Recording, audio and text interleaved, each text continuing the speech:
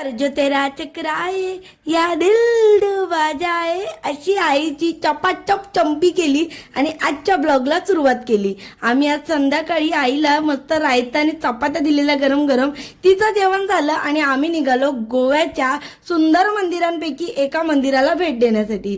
रस्त्यात जाताना सुंदर असे नजारे होते, रात्रीचं पण गोवा किती चमकतं आणि येथील सगळ्यात खास बात म्हणजे इकडचे बंगले, अरे किती सुंदर बंगले आहेत। आणि ते बघत आम्ही पोहोचलो श्री गणपती व श्री मुरुगन मंदिरामध्ये। बघा, मुरुगन म्हणजे भगवान कार्तिक, कारण साऊथ मध्ये ना कार्तिकेला मुरुगन बोलतात। आणि गणपती बाप्पा तर आपल्याला माहितीच आहे, मंदिर एकदम शांत आणि स्वच्छ होतं आणि खूपच सुंदर होतं। येथील जास्त करून मूर्त्या पाषाणाच्या काळ्या दगडांपासून बनलेल्या होत्या। इथे खास बात म्हणजे हुंदीर मामा आणि मोर आणि हुंदीर मामा दोघं होते। मोर हा कार्तिकीचा वाहन आहे आणि हुंदीर हा गणपती बाप्पाचा, आणि समोर होते गणपती बाप्पा आणि भगवान कार्तिक। या दोन्ही भावांच्या मध्ये होती ती अन्नपूर्ण माता। मी कधीच भगवान कार्तिक आणि गणपती या दोघं एका मंदिरामध्ये असणारं मंदिर नाही पाहिलं होतं। हे खरंच खूपच वेगळं होतं आणि हे तुम्हाला पाहण्यासाठी गोव्यामध्ये यावं लागेल।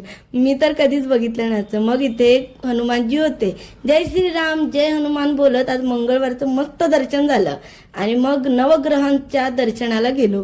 नवग्रहांच्या मी फेऱ्या मारल्या आणि माझेही काही ग्रह सुधरतील अशी नवग्रहांकडे प्रार्थना केली। आणि इथे अजून एक खास गोष्ट होती, म्हणजे प्रत्येक देवी देवतांच्या तुम्हाला जर अभिषेक करायचा असेल तर सेपरेट अशा मूर्त्या होत्या, म्हणजे धक्काबुक्की होणार नाही, गर्दी होणार नाही। मस्त दर्शन झालं आणि ते खूप सारी झाडं होती यार वेगवेगळी, ज्यांची मला नावच माहिती नव्हती। त्या वेळ होती महाप्रसाद ग्रहण करण्याची आणि त्याचा आनंद गगनात मावेना असं झालेला प्रसाद, आणि तो पण महाप्रसाद। अरे वा, एक नंबर लागतो। मस्तपैकी लाईनीमध्ये उभे राहिली आणि मग सगळे भक्तगण एकदम जोश मध्ये आलेले महाप्रसाद खाण्याच्या। मंगळवारचा महाप्रसाद होता आणि इकडचे सेवेकरी तर खूपच जास्त जोश मध्ये होते।